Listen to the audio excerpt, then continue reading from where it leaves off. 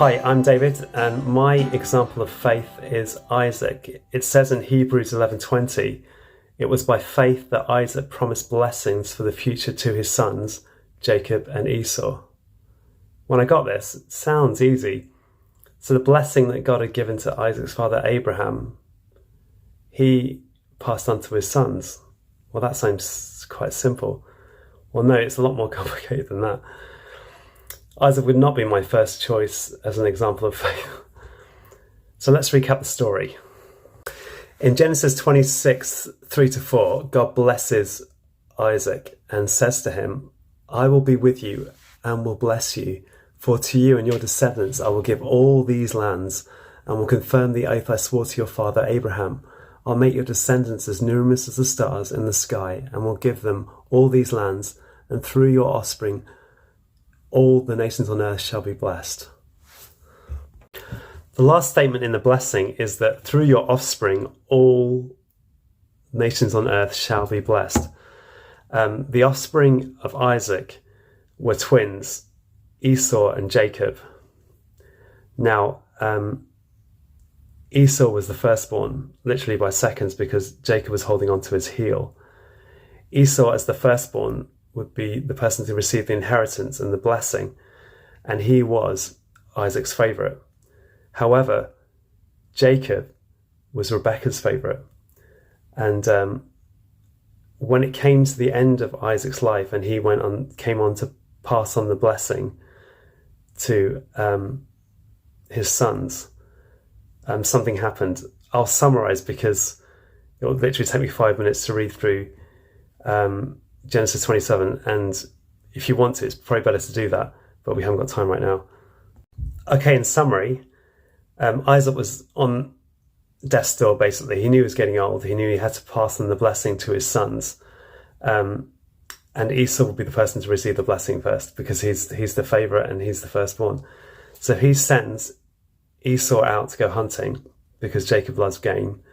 And while he does that, Rebekah's listening in, and she plots with Jacob to deceive Isaac and take away Esau's blessing from him. And they're successful. They cook up something that tastes like game. They put on Esau's garments onto Jacob to make him smell like Esau, and also put goat's hair on his hands and his neck, so that he feels hairy, because Esau's really hairy compared to Jacob. And Isaac's not convinced, but eventually he decides it must be Esau, and so he blesses him if he was Esau, as if he was his firstborn. And when he does that, obviously Esau just turns up and says, bless me. And then Isaac looks at him and says, well, hang on, who did I just bless? It says in scripture that he shook violently. So he was really shocked by what had happened. And he doesn't take back the blessing. So at that moment, he knows that that blessing has gone to Jacob, the deceiver, the one that plotted against his brother and stolen his blessing. And this is a really difficult thing to get your head around, because God's purposes were fulfilled through Rebekah and Jacob's deception, which is a difficult thing to get your head around. But we're looking at Isaac's faith here. Well, that didn't go as Isaac planned. He obviously wanted Esau to receive the blessing. He doesn't say it, but Isaac may have perceived that God was working out his purposes through this terrible deception. It's easy to believe God when things are going as planned. Perhaps Isaac at this point understood that the blessing was through Jacob and not through Esau.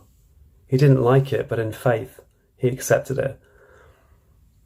Now, Isaac didn't try to undo the blessing. It might be because at that time, your word was your bond, and when you said something, it carried weight and you couldn't undo it. But it may have been because he perceived that God was having his way here and not Isaac's way. But this is the second time that God upset the plans of Isaac. When I was planning for this, I phoned my dad and asked him, how is faith demonstrated in the life of Isaac? And he said to me, well, he planted in the time of famine. Which doesn't sound relevant, but it really is. Because this was the second time that God disrupted the plans of Isaac. The first time, when we read about the blessing that God had given to Isaac, it was during the time of famine. He'd gone to the Philistines and he was planning to go to Egypt because there's famine in the land. It wasn't good to stick around. But God said, no, I'll bless you here. And so he planted, and that year he received 100-fold. So even though his plan was to escape the situation and go to Egypt, God told him to stay, and he was blessed where he was. And so perhaps he'd learned from that his plans aren't always the best plans. And because of that, the faithfulness of God in the past, he knew that he can trust him for the future. And that's the same for us. So how can we be encouraged in faith through Isaac's story? Well, I think firstly, God is still God in the mess. What do I mean by that? I mean, I can't justify Jacob and Rebecca's deception and lies, but God was able to work through that. And I think we all find ourselves sometimes in situations that we haven't chosen, that haven't been good. It just seems like a big mess. And the temptation is not to perceive that God is at work. Me personally, I was in a situation a few months ago where things had gone wrong, really. Everything seemed to be a real mess. I was talking to my friend Tony, and I was just ready to just go back home to Peterborough, where I knew that I had friends, and it made more sense to move back there. And he turned to me and said that perhaps it's for a reason that you're here. And I think sometimes we can look at a situation and not see God in it. We can act like the atheist. We can act like that there's no rhyme or reason to the bad stuff that happens in our lives, and it can feel like that at the time. Sometimes it seems like there's no rhyme or reason to it. But Isaac saw God's hand in all these things. He could see, although he didn't like it, that the blessing had passed to Jacob, and God's hand was in that. And ultimately, the blessing of Isaac was that through your offspring, all the nations on earth shall be blessed. And that was ultimately fulfilled in Jesus. So we can be thankful that God worked through the deception of Jacob and Rebecca. So how do we persevere in faith when life doesn't seem to work out for us, when all your plans don't come to anything, like with Isaac? Well, Isaac can look back on the times that God had been faithful to him, like the time of famine. He blessed him and looked after him. And we can look to the future, remembering how God has been faithful in the past. And even better than that, we have promises that Isaac didn't have. We have the promise that God works all things for good for those who love him and are called according to his purpose. I know that God will look after me, and even when life seems a mess, God is at work and turning those things for my good and his glory. This forward-looking faith is what Jesus demonstrated when it says that for the joy set before him, he endured the cross. It wasn't just looking back at how God had been faithful, but he knew that there's future grace, as John Piper would say.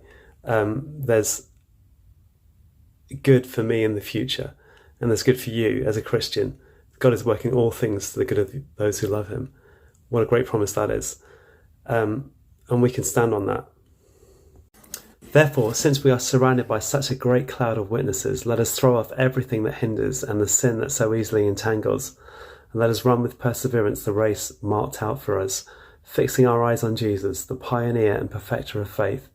For the joy that was set before him, he endured the cross, scorning its shame, and sat down at the right hand of the throne of God.